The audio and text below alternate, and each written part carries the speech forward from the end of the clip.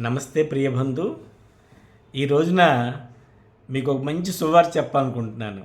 అదేమిటంటే 75 సంవత్సరాల తరువాత, సుదీర్ఘకాలం తర్వాత మొదటిసారిగా మన యొక్క బోర్డర్స్ ఎక్స్పాండ్ అయినాయి.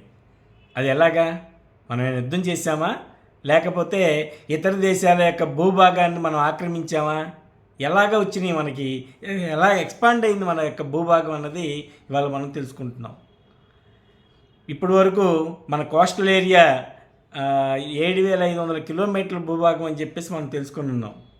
ఈ రోజున మనం 3,582 కిలోమీటర్లు మనకి ఆ కోస్టల్ ఏరియా భూభాగానికి యాడ్ అయింది.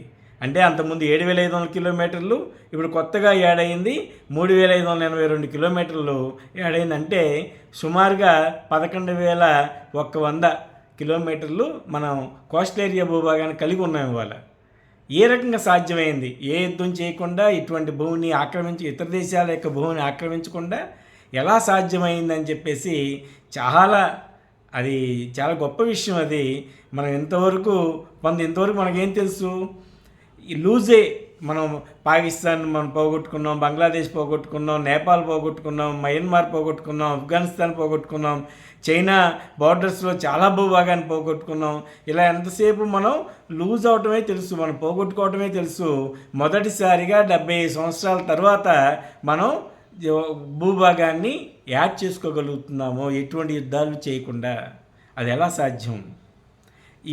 ఇప్పటి వరకు మన యొక్క టెక్నాలజీ, అత్యాధునిక టెక్నాలజీ, మనం అంతరిక్షంలోకి శాటిలైట్ దూరంలో మన యొక్క భారతీయుల యొక్క అభివృద్ధి కొరకు, అత్యున్నత కొరకు, ఇంకా గొప్ప గొప్ప విషయాలు ఆవిష్కృతం చేసుకోవడం కొరకు మనం అంతరిక్షంలోకి శాటిలైట్ పంపించి ఉన్నాం. తద్వారా ఎన్నో లాభాలు పొందాం. దానిలో ఇది కూడా ఒక లాభం.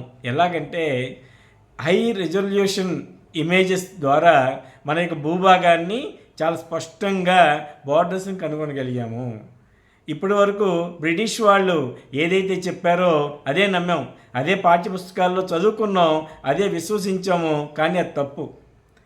ఈ 75 సంవత్సరాలుగా ఏ ప్రభుత్వం కూడా దాన్ని మెజర్ చేయాలి, మన యొక్క భూభాగాన్ని మెజర్ చేయాలి అని చెప్పి ఆలోచన చేయలేదు. కానీ ఇది నవభారతం.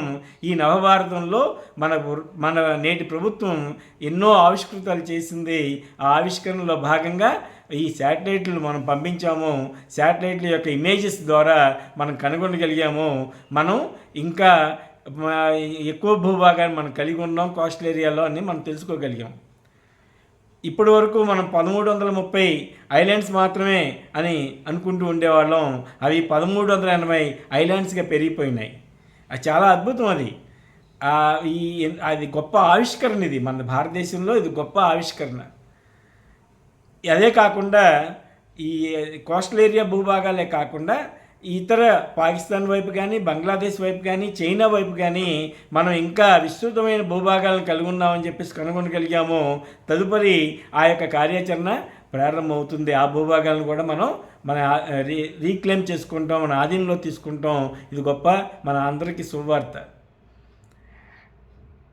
అదే కాకుండా ఇంకా తమిళనాడు, ఒరిస్సా, వెస్ట్ బెంగాల్, గుజరాత్ ఇలాగా కొన్ని రాష్ట్రాల్లో ఇంకా ఐలాండ్స్ని కనుగొంటూ ఉన్నాం.